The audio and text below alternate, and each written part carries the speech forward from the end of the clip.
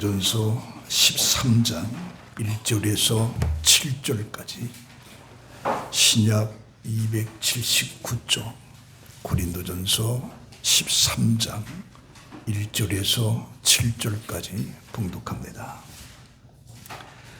내가 사람의 방언과 천사의 말을 할지라도 사랑이 없으면 소리나는 구리와 울리는 꽹과리가 되고, 내가 예언하는 능력이 있어 모든 비밀과 모든 지식을 알고 또 산을 옮길 만한 모든 믿음이 있을지라도 사랑이 없으면 내가 아무것도 아니요.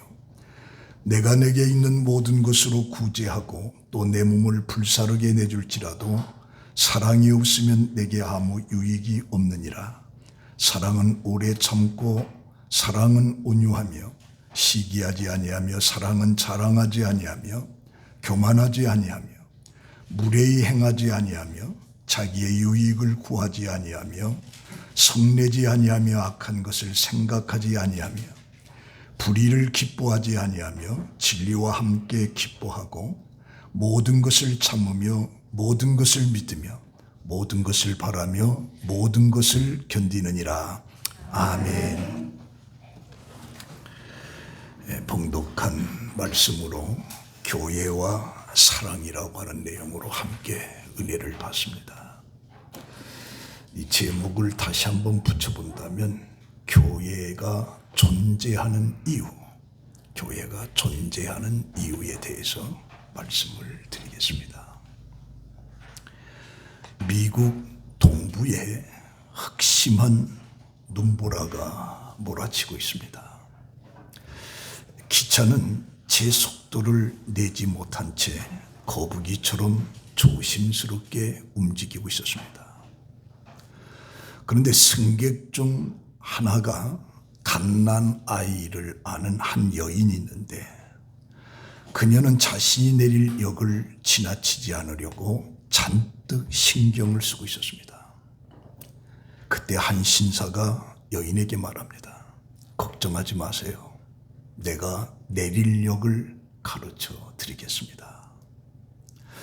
그리고 기차는 눈보라를 뚫고 그 밤길에 서서히 달렸습니다. 기차가 어느 역에 멈추어 서자 신사는 여인에게 말했습니다. 여기서 내리십시오. 그래서 여인은 신사에게 몇 번이나 감사하다고 인사를 했어요. 그리고 갓난 아기를 안고 기차에 내렸는데, 다음 정거장에서 신사는 머리를 감싸안고 울부짖는 겁니다. 여인이 내려야 할 역이 바로 이곳이었습니다. 신사는 기차가 잠시 멈춘 줄도 모르고 그곳인 줄 알고 여인에게 길을 잘못 가르쳐 준 겁니다. 이튿날 여인은 내린 철길 옆에서 아기를 안은 여인의 모습에 동상, 눈덩이처럼 죽고 만 것이죠. 그래서 철길 옆에서 아기를 안은 채 그 여인은 죽은 것입니다. 사람에게 잘못 길을 알려주는 것이 얼마나 무섭고 비극적인 것인가를 깨달아야 돼요. 세상에는 이렇게 잘못된 길을 가르쳐주는 거짓 것들이 참 많습니다. 이 세상은 예수 그리스도만이 진정한 진리고 예수 그리스도와 함께할 때 진정한 구원이 있다라고 하는 사실. 그래서 예수님께서도 마태복음 11장 28절에 수고하고 무거운 짐진 자들아 다 내게로 오라. 내가 너희를 편히 쉬게 하리라. 나는 마음이 온유하고 겸손하니 나의 멍에를 메고 내게 배우라. 그리하면 너희 마음이 쉼을 얻으리니 내 멍에는 쉽고 가벼움이라. 요한복음 11장 25절에 나는 부활이요 생명이니 나를 믿는 자는 죽어도 살겠고 무릇 살아서 나를 믿는 자는 영원히 죽지 아니하리니 이것을 내가 믿느냐. 이 세상에 진정한 참된 길은 예수 외에는 없습니다. 예수 바깥에는 진정한 길이 없습니다. 오늘 이 본문 속에 1절 속에 바울은 내가 사람의 방언과 천사의 말을 할지라도 사랑이 없으면 소리나는 구리와 울리는 꽹과리가 되고 그랬습니다. 여기에서 사람의 방언과 천사의 말이라고 하는 것은 일상적인 언어나 외국어 사이에서 이해 가능한 언어를 가리키고 있는 거예요. 사람들이 듣고 이해할 수 있는 방언의 대표적인 사례는 사도행전 2장 1절에서 11절까지 오순절에 성령이 임하면서 그들이 방언을 했고 그 방언을 통해서 수많은 다른 족속들이 다른 말로 자기 나라 말로 복음에 대해서 듣게 된 것이죠. 그러나 여기서 천사의 방언이라고 하는 것은 성령을 받아서 무아지경에서 말하는 알아들을 수 없는 언어를 말하는 겁니다.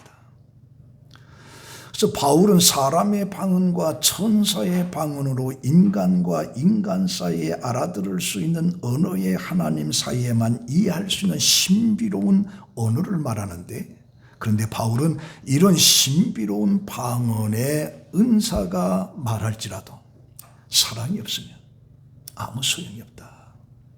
사랑이 없으면 소리나는 구리와 울리는 꽹과리의 비유를 하고 있습니다. 여기에서 방언과 예언이 무가치하다는 것이 아니라 사랑이 없으면 이런 방언과 예언의 은사가 있다 할지라도 그 사람에게는 유익이 없다라고 얘기합니다. 그리고 2절에 가서는 내가 예언하는 능력이 있어 모든 비밀과 모든 지식을 알고 또 산을 옮길 만한 모든 믿음이 있을지라도 사랑이 없으면 내가 아무것도 아니라. 여기서 예언의 은사라고 하는 것은 일반 사람들이 알 수 없는 하나님의 깊은 뜻을 깨달아 알고 이를 사람들에게 전달하는 은사가 바로 예언입니다. 그리고 바울은 모든 지식, 모든 비밀을 아는 것으로 말하면서 여기서 모든 일이라고 하는 것은 과장법인데, 인간이 많은 비밀과 지식을 알고 있다라고 해도 모든 비밀과 모든 지식은 알 수가 없다는 거죠. 오직 전능하신 하나님만이 계시는 능력입니다. 인간으로는 알 수 없는 오묘한 하나님의 계획을 알고 있다고 하더라도 사랑이 없으면 아무것도 아니다. 자신에게 어떠한 유익도 없다라고 얘기합니다. 그리고 3절에 가서는 내가 내게 있는 모든 것으로 구제하고 또 내 몸을 불사르게 내줄지라도 사랑이 없으면 내게 아무 유익이 없다. 내게 있는 모든 것으로 구제하고 내 몸을 불사르게 내어준다라고 하는 것을 표현하는데, 여기서 내게 있는 모든 것은 재산을 의미하는 겁니다. 내 전 소유물을 내어놓고 남을 도와주는 것을 말하는 건데, 이것이 외적으로는 위대하게 보이는 행동입니다. 그러나 참된 가치는 사랑의 행위로 한 것이냐, 그것으로 평가를 되는 겁니다. 사랑이 없는 자선 행위에 그 자신에게 아무 유익이 없다는 것이죠. 아무리 지구지순하게 보이는 헌신과 자기 희생의 행위라 할지라도 사랑이 없으면 아무 유익이 없음을 말하므로 각종 은사의 사랑의 필요성을 강조해 주고 있습니다. 내게 있는 모든 것을 구제하고 내 몸을 불사르게 내어준다라고 하는 것이 얼마나 위대한 일입니까? 그런데 이런 모습이 있다 할지라도 사랑이 없으면 아무 유익이 없다. 물론 내 모든 것을 가난한 사람들에게 나누어주는 이 일이 참으로 어려우니 아무나 하지 못하는 거예요. 그럼에도 불구하고 이런 일에 사랑이 없이 하면 유익이 없다. 자기 만족을 위해서 어떤 의무감 속에서 어쩔 수 없이 할 수도 있다. 그러나 자기에게는 유익이 없다. 우리가 예수를 왜 믿고 예수를 왜 사랑하느냐? 예수의 그 십자가라고 하는 것을 통해서 인간을 사랑하는 그 행위, 정말 인간을 사랑하기에 자기를 십자가에 못 박아 죽는 그 예수의 그 죽음을 생각하기 때문에 우리가 예수를 사랑하는 거예요. 저는 이 고린도전서 13장 1절에서 3절까지를 보면서 저는 항상 상상을 하고 내 자신의 한계를 느끼고 내 자신이 비참하게 느껴질 때가 많습니다. 우리 2절 속에 그 외국어를 잘하는 사람을 보면 얼마나 부러운지 몰라요. 나도 외국어를 잘하면 얼마나 좋을까. 외국에 나갈 적마다 좀 영어를 열심히 해야 되겠구나. 돌아오면 그걸로 끝나요. 그리고 또 나이 먹으니까 이 시사영어 같은 단어를 외워도 한 2, 30분을 외워요. 그래도 한 10분 지나가면 멍해져요. 우리나라들도 아이들에게 외국어 언어를 가르치기 위해서 사교육비가 엄청나게 들어갑니다. 제가 중학교 때 그 말본이라고 하는 그 교사가 우리나라도 영어로 바꿨으면 좋겠다. 그런 생각, 그런 말하는 것이 기억이 나요. 저의 스승이었던 그 요컨 박사가 있습니다. 그는 미국 MIT 출신이에요. 그 일본의 그 원자탄을 터뜨릴 때 일기 조사를 해가지고 통지해줬던 그분인데, 그분이 한국에 선교사로 와가지고 하는 얘기가 자기는 한국어가 제일 어렵다. 공인지 콩인지 그게 분간이 안 된다. 그래서 그 양반 10년이 넘게 있는데도 한국말을 못해요. MI 출신인데도. 자, 그래서 지금은 이 세계화가 돼가지고 그 젊은이들은 적어도 3개, 4개 언어를 해야 돼요. 3개, 4개. 미국에 가서 저 손녀딸들 보니까 이놈들 벌써 스페니시, 중국어가 4개 국어를 하고 있는 4개 국어를. 깜짝 놀랐어요. 지금 젊은이들은 그렇게 안 하면 안 돼요. 근데 제가 이렇게 경험해 보니까 외국어는 머리가 있어야 돼요. 그 외국어를 잘하는 달란트의 머리가 가지고 있는 사람이에요. 저도 죽어도 안 돼요. 죽어도. 달란트가 따로 있어요. 그러니 이런 언어를 할 수 있다라고 하는 거. 그리고 모든 비밀을 알고 모든 지식을 알고 산을 옮길 만한 믿음이 있다라고 하면 얼마나 좋겠어요. 그런 믿음이 없으니까 내 자신이 한계가 느껴지고 비참하게 느껴져요. 그래서 내 자신의 무능을 느끼면서 내가 대체 아는 게 뭐냐? 내가 아는 게 뭐냐? 또 여기 내게 있는 모든 것으로 많은 사람을 돕는다는 삶, 내 자신을 불태우면서까지 내 자신 전체를 줘서 어려운 사람들에게 구제한다라고 하는 그런 행위, 얼마나 멋있어요. 그래서 1절에서 저는 3절까지 고린도전서를 볼 때마다 그 내용이 너무 부러운 거예요. 나는 그렇게 살 수 없을까? 한계를 느끼면서 때로는 비참함까지도 가는 거죠.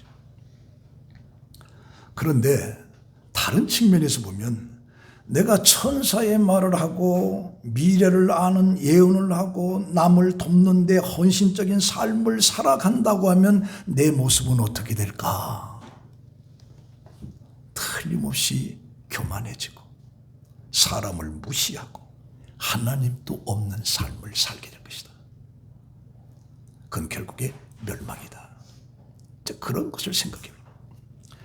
그래서 잠언 16장 18절에 보면 교만은 패망의 선봉이요 거만한 마음은 넘어짐의 앞잠이니라. 잠언 18장 12절에 사람의 마음의 교만은 멸망의 선봉이요 겸손은 존귀의 길잡이니라. 시편 138편 6절에 여호와께서 높이 계셔도 낮은 자를 하감하시고 멀리서도 교만한 자를 아시나이다. 근데 다행스러운 것은 지금 우리가 살아가고 있는 이 현 시점의 이 사회는 우리의 모든 것들을 충족할 만한 과학의 발달 속에 우리가 살아가고 있습니다. 이번에 우리 은성 집사가 제가 미국에 갔다 오니까 목사님이 통역기가 있습니다 하면서 하나 앱을 깔아주는데 그 앱을 깔아보니까 다 돼. 내가 무엇을 먹고 싶다면 그 영어로 쫙 나오는 거야. 그럼 미국 가서 그것만 틀어주면 되는 거야. 15개의 국어가 동시 통역이 되고 있어요. 그러니까 천사의 말을 할지 몰라도 이거 있으면 다 되더라. 이거 있으면 다. 인터넷 지식이 우리 옛날에는 그래도 3, 40년 전에 이 서점에 가면 그 앉아서 책을 하루 종일 그 쳐다봐요. 그러고 나면 그 책 본 지식이 한 달 동안 우러먹어요. 근데 지금은 책이 너무 많아. 책을 볼 수가 없어.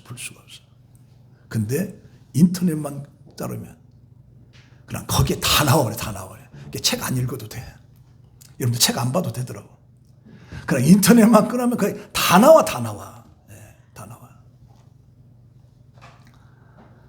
그리고 제가 엊그제 신문에 보니까 인공지능이 수만 가지의 정서와 노래 같은 것을 해가지고 인공지능에 딱 누르면 10분 만에 히트곡이 나온대. 이게 작곡가도 필요 없어 이제. 그거면 다 돼. 제가 보기에는 한 10년만 지나가면 목사도 필요 없어요. 왜? 여기다 조연자 권사가 오늘은 사랑이라고 하는 그 딱 누르면 사랑 설교가 나와. 그럼 목사가 필요 없지 뭐. 네. 이런 세상 속에 살아가는데 중요한 것은 1절에서 3절까지의 능력의 사람이 된다고 해도 사랑이 없으면 유익이 없다. 바울은 그렇게 말하고 있어요. 그러니까 사랑만 있으면 천사의 말을 못해도 모든 지식이 없어도 내 몸을 내어주지 못한다 할지라도 사랑이 없으면 교회의 존재에 가치가 있다. 그래서 사랑이 없는 능력보다는 능력이 없어도 사랑이 있다라고 하면 유익한 존재가 된다. 그게 성경에서 말하고. 교회가 사랑이 없으면 교회에 존재할 의미가 없는 거예요. 교회는 사랑이 있어야 돼요. 방언의 해박한 지식, 예언, 내 몸을 불사르는 그 구제, 이게 없어도 교회가 사랑이 있으면 그 교회는 존재의 가치가 있는 거예요. 가치가. 그래서 고린도전서 13장 13절에 믿음과 소망과 사랑과 이 세 가지는 항상 있을 것인데 그 중에 제일은 사랑이라. 그래서 기독교의 핵심은 사랑입니다. 사랑이 없는 교회는 존재할 필요가 없는 거예요. 근데 이 사랑이라고 하는 것은 은사가 아니고 갈라디아서 5장 22절에 보면 성령의 열매라. 그렇다면 나는 과연 사랑이 있는가? 아는 것은 부족해도 천사의 말은 못할지라도 내 몸을 불사르는데 내주지는 못할지라도 나는 사랑이 있는가? 우리 교회가 사랑이 있는가? 그거 한번 물어봐요. 어느 대학의 여론조사 기관에서 대학생 600명을 대상으로 해서 설문조사를 했어요. 부모님께 가장 하기 힘든 말이 뭐냐라고 하는 질문에 대다수의 대학생들이 사랑합니다라고 하는 말을 하기가 참 어렵대. 이 목구멍과 심장 30cm밖에 안 돼. 이 30cm밖에 안 되는 그 짧은 건데도 사랑합니다라고 하는 말을 하기가 가장 어렵다.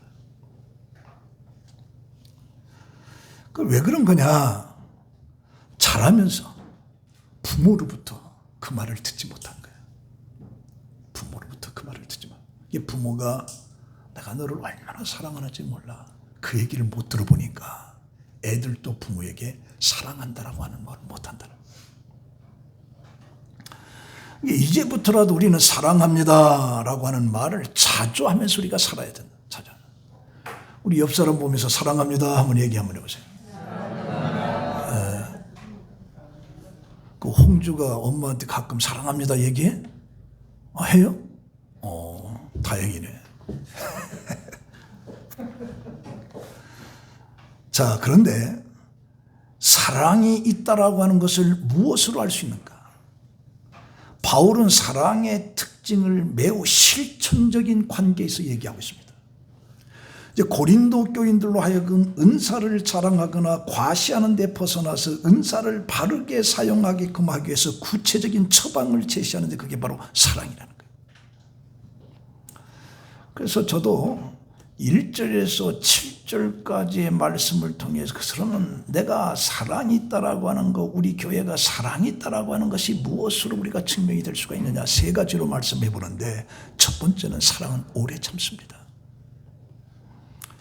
사랑이라고 하는 말을 세 가지로 헬라어로 나타나는데, 첫째는 아가페라고 하는 신적인 무조건적인 사랑을 아가페라고 그래요.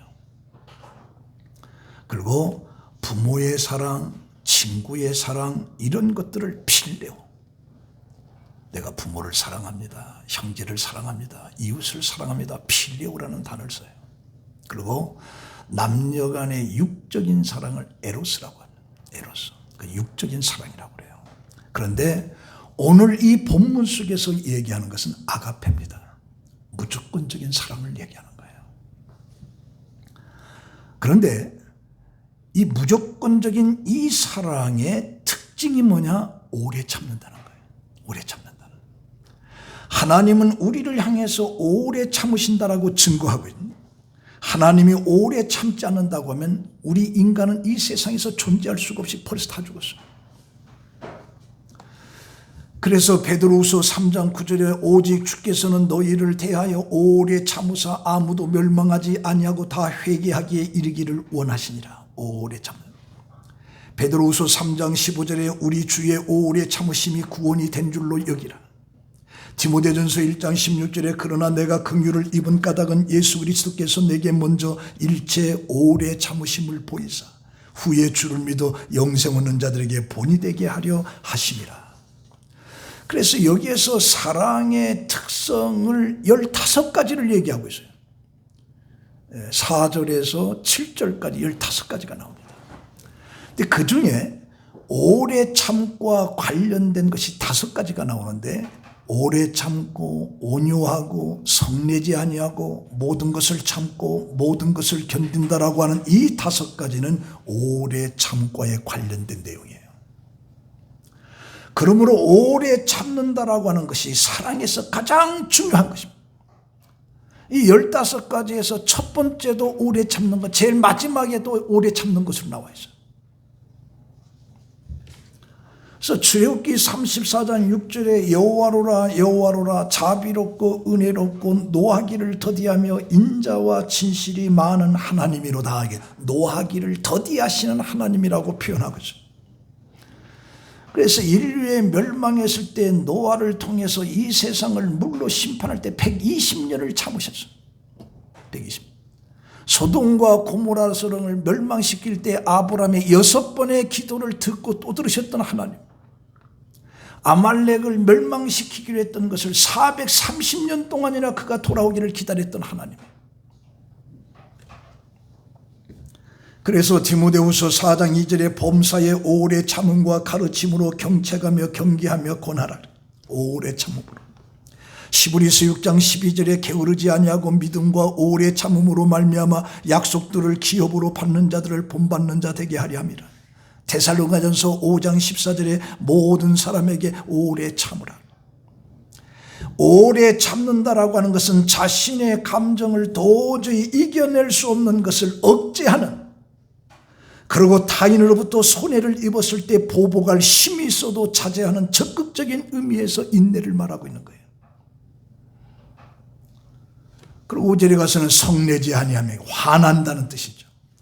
다른 사람과 다투어 스스로를 제어하지 못하고 격분하여 화를 내는 것을 말합니다. 사랑은 성내는 것이 아닙니다. 오래 참고 상대의 허물을 한없이 덮어주고 친절을 말하는 거예요. 7절에 모든 것을 참으면 지속적인 의미고 또 덮는다라고 하는 의미가 있어요. 그래서 베드로전서 4장 8절에 보면 열심히 사랑할지니 사랑은 허다한 죄를 덮느니라. 위험한 상황에서도 역경을 이기고 침착하게 견딘다는 것입니다. 공경이나 좌절 그리고 절망까지도 극복한다는 모습, 참는 것으로. 그래서 사랑은 참는 거예요. 모든 것으로부터 참는 거예요. 이 참는 것이 없는 것은 사랑이 없는 거예요. 부모는 자식을 향해서, 자식은 부모를 향해서, 친구는 친구 사이 한없이 참는 거, 이게 사랑이에요. 이 부부지간에도 참는 거예요. 이 사랑이 없으면 참을 수가 없는 거예요. 그래서 사랑은 오래 참는 거다. 참는 거다. 그 다음에 두 번째는 사랑은 부정적인 것을 하지 않는 것입니다. 여기 사랑은 하지 말아야 될 것을 말하고 있는데 시기와 자랑과 교만과 무례히 행치 아니하고 자기 유익을 구하지 아니하고 악한 것을 생각지 아니하고 불의를 기뻐하지 않는다. 이게 사랑이라고 하는 것은 부정적인 것을 하지 않는 거예요. 그래서 시편 1편 1절에 보면 복 있는 사람은 악인의 꾀를 쫓지 아니하고 죄인의 길에 서지 아니하고 오만한 자의 자리에 앉지 아니하며. 그래서 여기에서 사랑을 언급하는 것은 실제적이요 실천적이요 행위에 관한 것입니다. 사랑이라고 하는 것은 이념과 구호가 아니에요. 구체적인 실천입니다. 사랑은 구체적인 행동을 통해서 사랑은 비로소 그 실체를 드러내는 겁니다. 우리가 하나님을 사랑이라고 부를 때 하나님께서는 그 사랑을 실제적으로 보여줬다는 거예요. 그래서 요한복음 3장 16절에 하나님이 세상을 이처럼 사랑하사 독생자를 주셨으니 누구든지 저를 믿는 자마다 멸망치 않고 영생을 얻게 하려면, 세상을 이처럼 사랑하사, 그 사랑하기 때문에 구체적으로 실체적으로 그 아들을 이 세상에 보낸 거예요. 그래서 사랑은 실체적인 거예요. 로마서 5장 18절에 우리가 아직 죄인 되었을 때 그리스도께서 우리를 위하여 죽으심으로 하나님께서 우리에 대한 자기의 사랑을 확증하셨다. 요한일서 4장 9절에 하나님의 사랑이 우리에게 이렇게 나타난 바 되었으니 하나님이 자기의 독생자를 세상에 보내심은 저로 말미암아 우리를 살리려 하심이라. 그래서 예수를 이 땅에 보내서 우리를 위해서 십자가에 죽게끔 한 그 사실이 우리를 사랑한다는 하나님의 실체적인 행동이다. 그래서 요한일서 3장 18절에 자녀들아 우리가 말과 혀로만 사랑하지 말고 오직 행함과 진심으로 함을 하자. 말과 혀로만 사랑한다고 100번 얘기해. 실질적으로 실체적인 것을 요구하고 있는 거예요. 그래서 사랑이라고 하는 것은 악을 미워하는 것이요, 사랑이라고 하는 것은 악을 피하는 것이요, 사랑이라고 하는 것은 악을 대항하는 것이요, 사랑이라고 하는 것은 악을 생각하지 않는 것입니다. 사랑이라고 하는 건 자기 유익을 구하지 않는 거예요. 그게 사랑. 그 다음에 세 번째는 사랑은 함께 즐거워하는 거예요. 함께. 바울은 부정적인 면에서 긍정적인 면으로 전환하면서 6절에 보니까 진리와 함께 기뻐한다. 여기서 진리라고 하는 게 뭐냐? 바로 구원을 가져다주는 복음을 얘기하는 거예요. 예수 그리스도를 믿음을 통해서 구원받은 우리들이 함께 즐거워하는, 함께 기뻐하는 거예요. 이게 사랑이에요.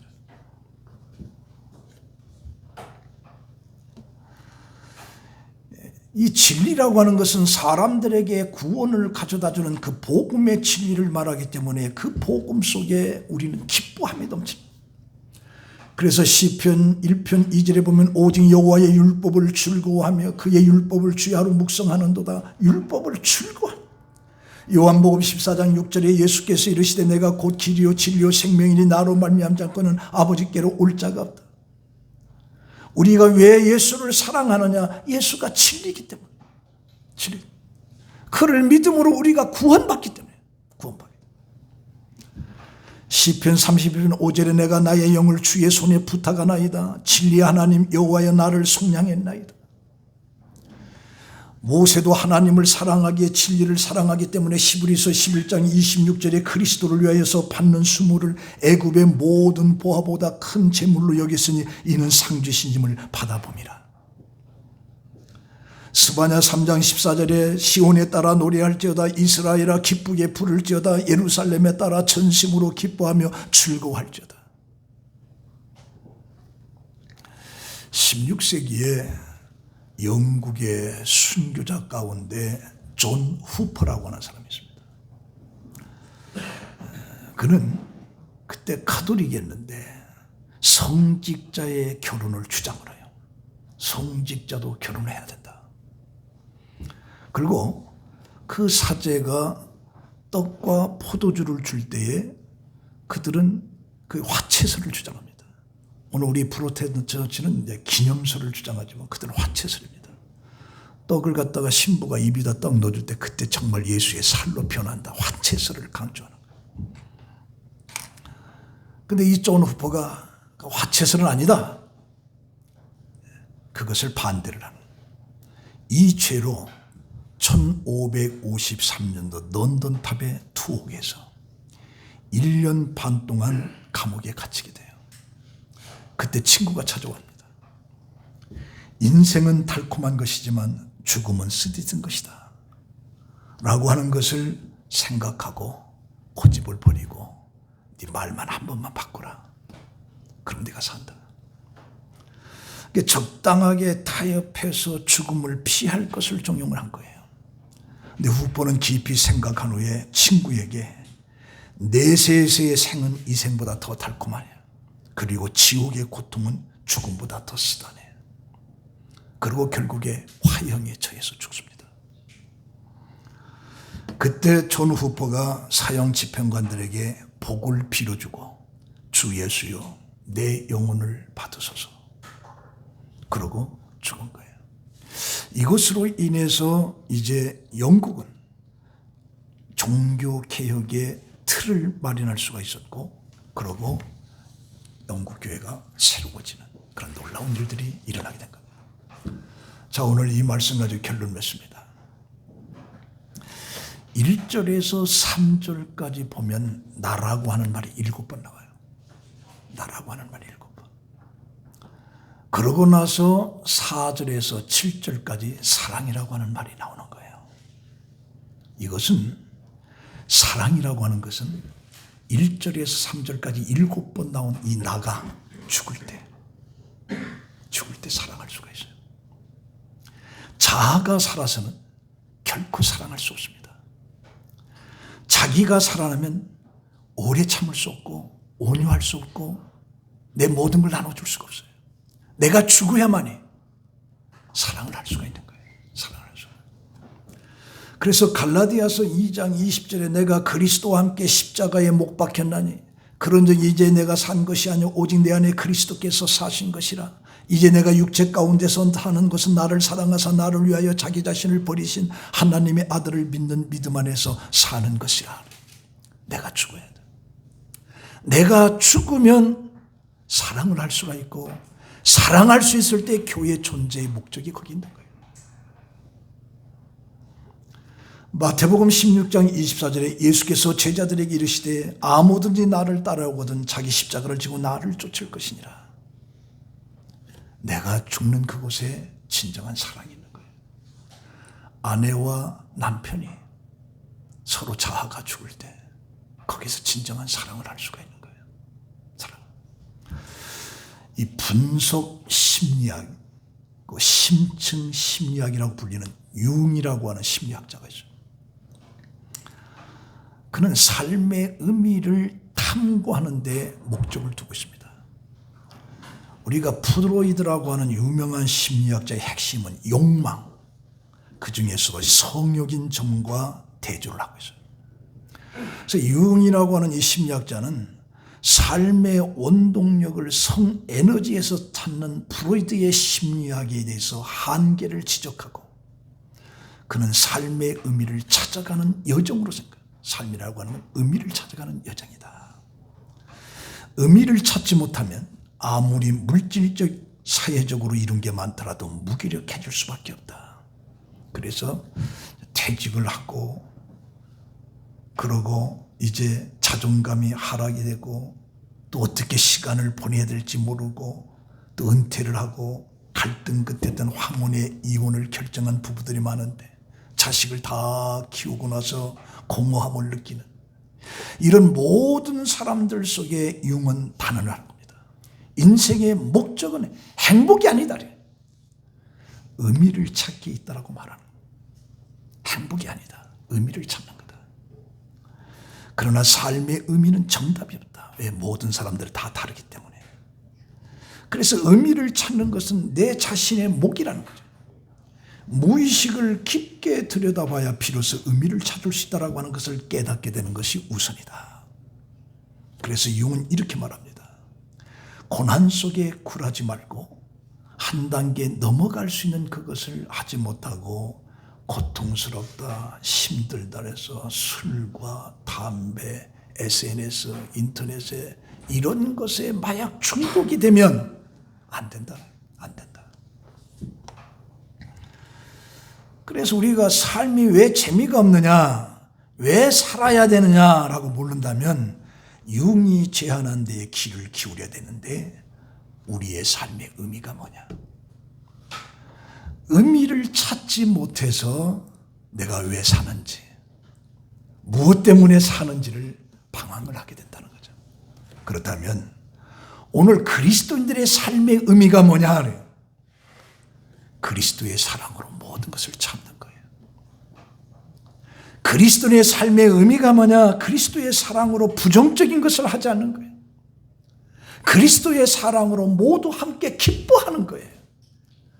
그래서 이 교회가 이제 모든 것을 참고 부정적인 것을 하지 않고 함께 기뻐하는 교회가 된다고 하면 그 교회가 바로 천국이라. 바울은 그것을 내가 가진 것은 없어도, 배운 건 없어도, 천사의 말을 못한다 할지라도, 해박한 지식이 없다 할지라도 사랑이 있으면 모든 것들이 충족이 되어지고 교회의 존재의 가치가 여기에 있다. 그래서 우리 성보험교회 성도 여러분들은 어떠한 상황 속에서도 우리 그리스도인으로서의 삶의 의미가 뭐냐? 행복이 아니다. 의미가 뭐냐? 바로 사랑이라. 그래서 사랑은 모든 걸 참아. 모든 걸 참는 거예요. 모든 부정적인 것을 하지 않는 거예요. 그리고 함께 기뻐함으로 인해서 여러분들의 삶 속에 항상 천국과 같은 그러한 삶을 살아가는 여러분들이 되시기를 예수의 이름으로 축원합니다. 기도하겠습니다. 하나님, 바울은 사랑을 이야기하고 있습니다. 근데 사랑이 없으면 천사의 말을 할지라도 미래의 해박한 지식을 내가 안다 할지라도 내 몸을 불태워 나눠준다 할지라도 아무 소용이 없다라고 얘기하고 있습니다. 하나님, 우리가 가진 건 없고 내세울 건 없지만 내 마음속에 사랑이라고 하는 것을 통해서 그리스도인의 어떤 존재를 드러나게 하시고 우리 성보험교회가 정말 이 사랑이라고 하는 걸 통해서 의미를 드러내는 삶의 가치성을 발견하는 우리 모두가 되게 하여 주시옵소서. 예수님의 이름으로 기도합니다. 아멘.